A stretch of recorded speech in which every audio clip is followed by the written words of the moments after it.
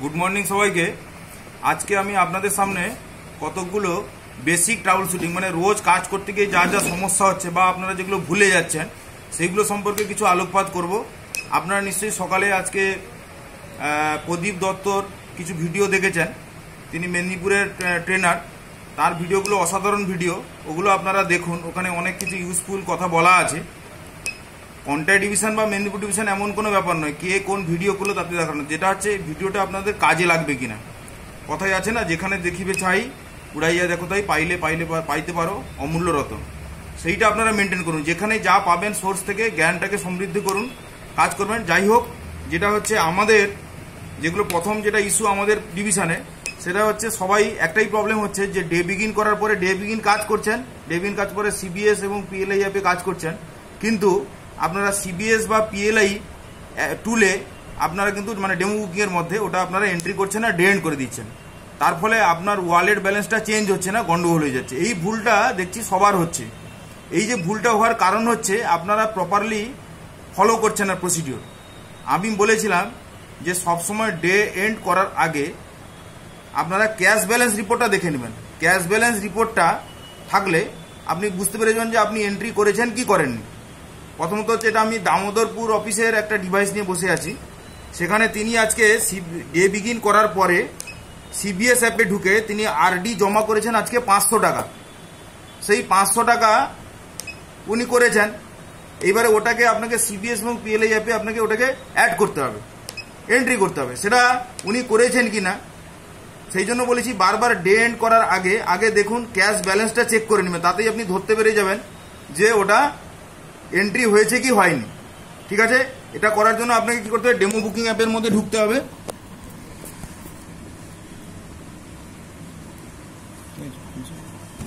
সুন্দর খুলছে, সেই এন্ট্রিতে খুলছে।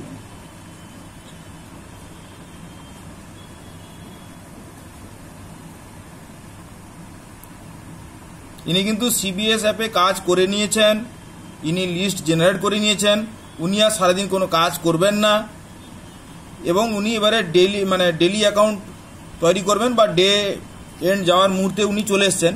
এবারে আমরা এখানে বারবার সবাই লক্ষ্য করে দেখুন, এখানে একটা জিনিস আছে দেখুন, যখনই ডে এন্ড করতে যাবেন তার আগে দেখুন এখানে একটা নিচের দিকে স্ক্রল করুন, স্ক্রল করলে দেখুন ক্যাশ ব্যালেন্স রিপোর্ট।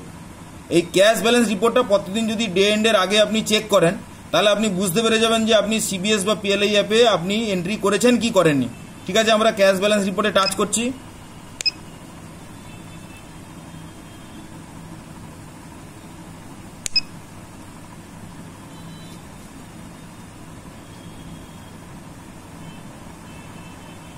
দেখুন এখানে দেখুন ইনার ওপেনিং ব্যালেন্স আছে 10,000 টাকা, স্ট্যাম্প ব্যালেন্স নীল যেরকম আছে, আর ক্লোজিং ব্যালেন্সও 10,000, তাই তো?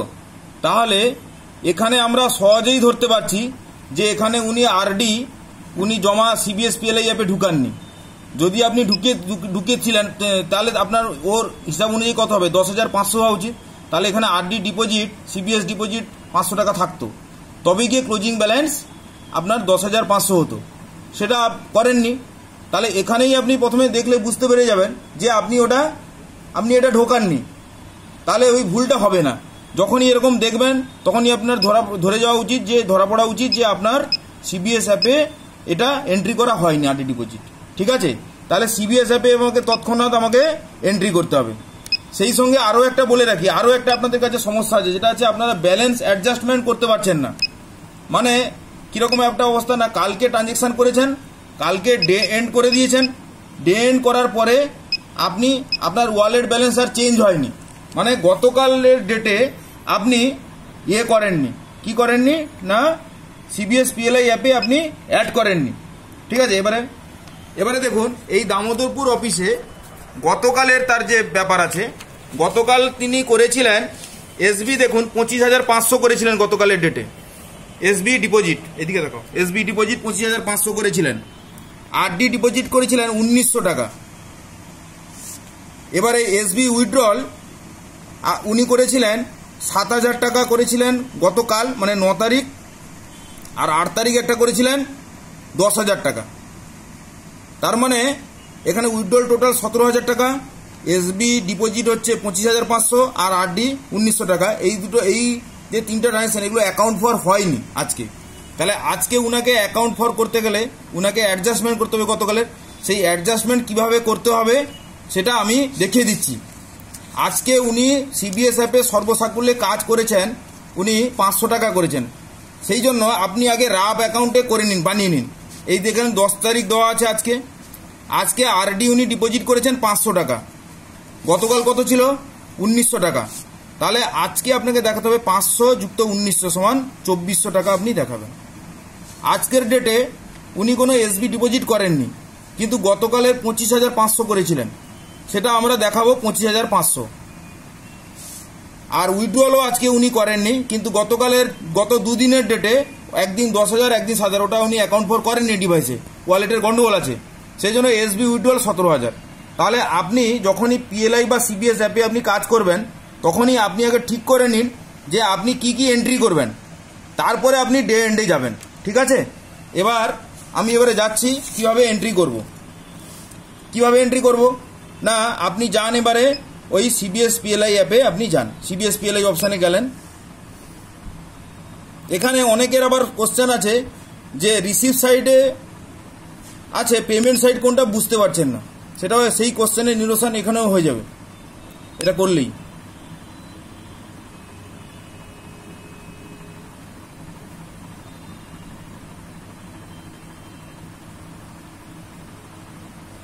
দেখুন এখানে রানিং ক্যাশ ব্যালেন্স দেখাচ্ছে 10,000 টাকা, তার মানে কিছু এন্ট্রি হয়নি।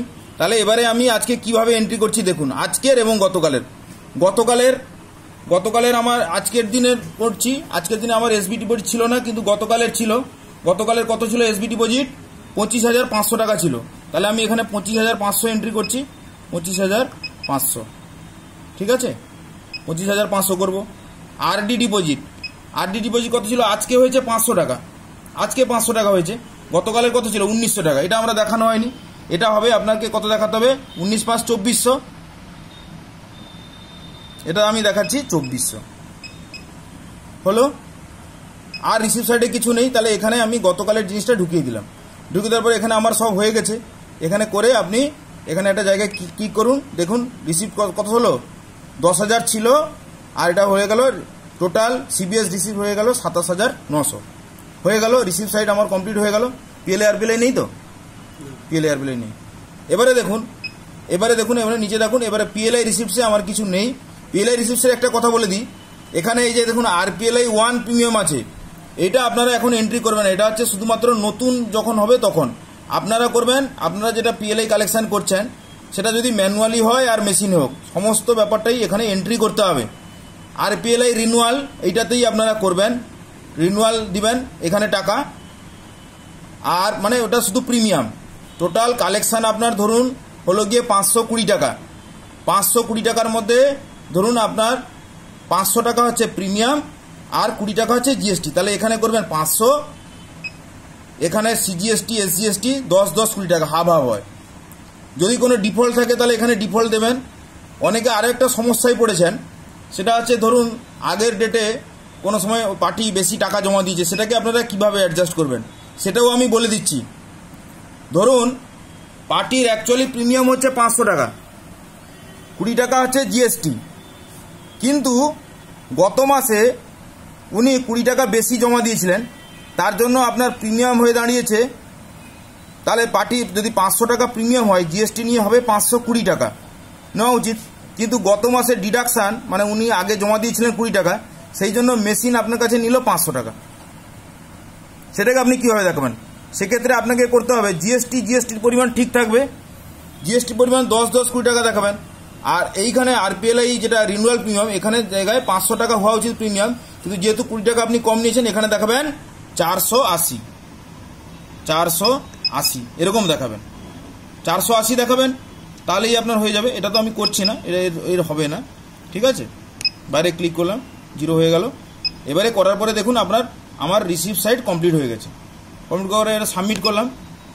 রিসিভ সাইট সাবমিট করলেই তারপরে দেখুন পেমেন্ট সাইট অটোমেটিক আসবে। এরপরে একটা মেসেজ আসবে, এটা অপেক্ষা করতে হবে।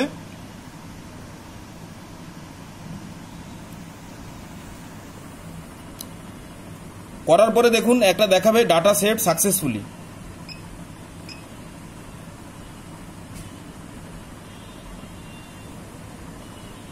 ডাটা সেট সাকসেসফুলি ওকে করুন। ওকে করার পরে আমি এবারে পেমেন্ট সাইডে এন্ট্রি করব।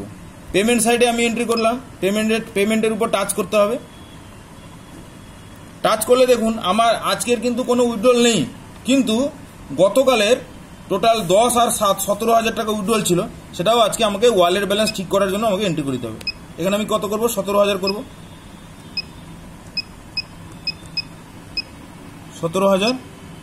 17,000 যেই করব দেখুন এখানে দেখুন টোটাল সিবিএস পেমেন্ট 17,000 চলে এসছে। ঠিক আছে, এবারে দেখুন আর তো আমার কিছু নেই পেমেন্ট সাইডে। এখানে আমি কি করব? সাবমিট করে দেব।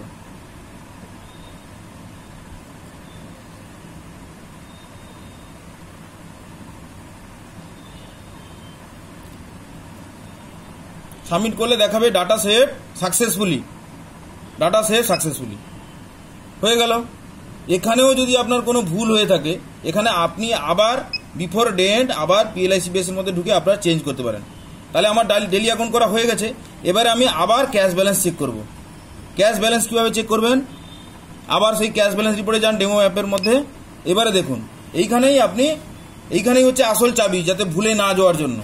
এইখানেই দেখুন এবারে আজকে আমার এই দুটো দিনের ট্রানজেকশন নিয়ে আমার ক্লোজিং ব্যালেন্স হবে কত হবে? 20,900, তাই তো? 20,900 আপনার ক্লোজিং ব্যালেন্স হয়েছে কিনা দেখে নিন। দেখুন opening balance 10,000, SB deposit 25,500, RD deposit 2,400, SB withdrawal 17,000। কত হলো? ক্লোজিং ব্যালেন্স কত হলো? 20,900। তাহলে এখানে এই ক্লোজিং ব্যালেন্স মিলে যাওয়া মানে আমার ওয়ালেট ব্যালেন্সও ঠিক হয়ে গেল। এটাকে আমি এবার একটা প্রিন্টও নিতে পারি। প্রিন্ট এটা না নিলেও চলে। সব সময় ডে এন্ড করার আগে ক্যাশ ব্যালেন্স রিপোর্ট দেখে নেবেন, তাহলে এই সমস্যাটা হবে না। ঠিক আছে, তারপরে এবার আমি এখানে ব্যাক করলাম। এবার আমি ডে এন্ডে যেতে পারি, কারণ আমি টাকা পয়সা মিলিয়ে নিয়েছি।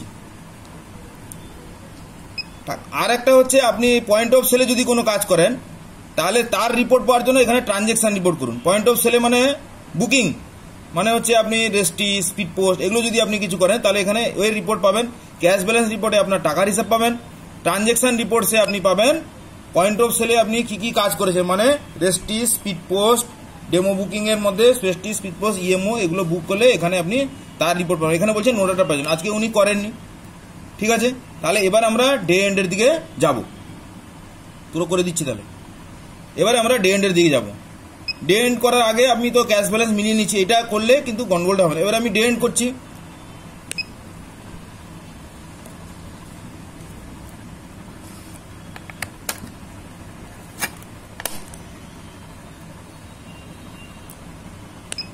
অনেকে ডে এন্ডের উপর টাচ করে অনেকে ঘাবড়ে যান, দাঁড়িয়ে আছে। দাঁড়ানোর কোনো ব্যাপার নয়, এখানে টাচ করলে একটু সময় লাগবে, ওটা এক্সিকিউট হতে। এবারে দেখাচ্ছে দেখুন, do you want to continue for day end 10/4, ওকে।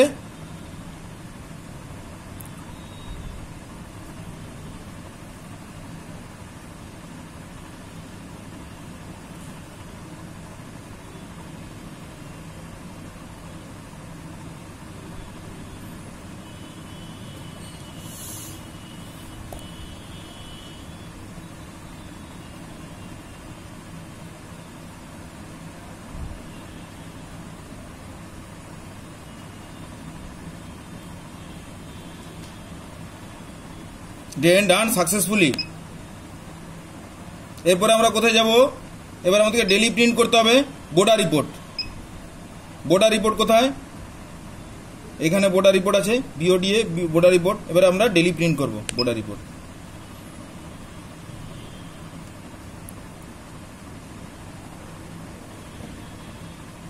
আপনারা সবসময় মনে রাখবেন, অনেকে ভাবছেন যে আমরা ক্যাশ, এক্সেস ক্যাশ কিভাবে পাঠাবো। এক্সেস ক্যাশটা অনেকে চাইছেন পিএলআই বা সিবিএস অ্যাপে এন্ট্রি করার জন্য, যেটা ঠিক নয়। পিএলআই বা সিবিএস অ্যাপে ওটা এন্ট্রি করার কোনো জায়গা নেই, করাও যাবে না, করাটাও আইনসিদ্ধ নয়। সবসময় যদি ক্যাশ আপনি এসও থেকে পাঠাতে চান, এসওতে যদি পাঠাতে চান, মানে অর্থাৎ ক্যাশ টু এও, সেটা বোর্ডার রিপোর্ট তৈরি করার সময় ক্যাশ টু এও অপশানে করবেন। এখানে অপশানটা এখানে অনেকে বুঝতে পারেন না, enter cash amount you want to request from এও। অর্থাৎ আপনি এসো থেকে কোনো টাকা আপনি চান কিনা, যদি চান এখানে অ্যামাউন্ট দেবেন, যদি না চান তাহলে এখানে অ্যামাউন্ট দেওয়ার দরকার নেই। ওকে, এটাকে আপনি ক্লোজ করুন। এবারে দেখুন এখানে বলছে closing balance of Damodarpur Contai exceeds minimum limit of 13,400। তাহলে 13,400টা এখানে আপনার বেশি হয়ে গেছে। এই 13,400টা হয় আপনাকে পাঠাতে হবে। এখানে দুটো ব্যাপার হতে পারে, আপনি অ্যাকসেপ্ট লায়াবিলিটি করতে পারেন, 13,400 দিয়ে আমি পুরো দেখাই, তাহলে এটা আমাকে পুরো আর ক্যাশ করতে হবে না। যদি আমি ধরুন অনেকে ধরুন টিটিফিটি করছেন, তখন দেখুন এখানে 50,000 1 লাখ টাকা হয়ে গেছে, তখন কি করবেন, এখানে ক্যাশ টু এও করবেন, টাকা পাঠিয়ে দেবেন। ক্যাশ টু এও এইখানেই হবে, শুধুমাত্র বোর্ডার রিপোর্ট, আমি বারবার বলছি ক্যাশ টু এও এসোতে টাকা পাঠাতে গেলে বোর্ডার রিপোর্টে হবে, অন্য কোনো অপশান এখানে ইউজ করবেন না। এবার এনার ক্ষেত্রে ইনি টাকা পাঠাবেন না, ইনি লায়াবিলিটি দেখিয়ে দিচ্ছেন। লায়াবিলিটি কীভাবে করবেন, অ্যাকসেপ্ট লায়াবিলিটি। অ্যাকসেপ্ট লায়াবিলিটি দু ধরনের লায়াবিলিটি আগে বলেছি, এখানে ব্যাংকিং লায়াবিলিটি আর ইন্স্যুরেন্স লায়াবিলিটি আপনাদের থাকে না। এখানে কত দেখাচ্ছিল 13,400, তাই তো? তাহলে এখানে লায়াবিলিটি দেখিয়ে দিন 13,500 দেখিয়ে দিলেও কোনো ক্ষতি নেই, ঠিক আছে? কনফার্ম। দেখুন হয়ে গেছে আমার, লায়াবিলিটি দেখিয়ে দিলাম 13,500 দেখিয়ে দিলাম, ঠিক আছে? দিয়ে আমি এখানে কি করব, কনফার্ম।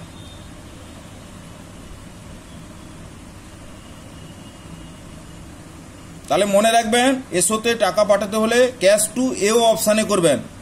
অনেকে CBS PLI টুলের মধ্যে খুঁজে বেড়াচ্ছেন কিভাবে পাঠাবো, অনেকে ফোনও করছিলেন, ওইভাবে হবে না।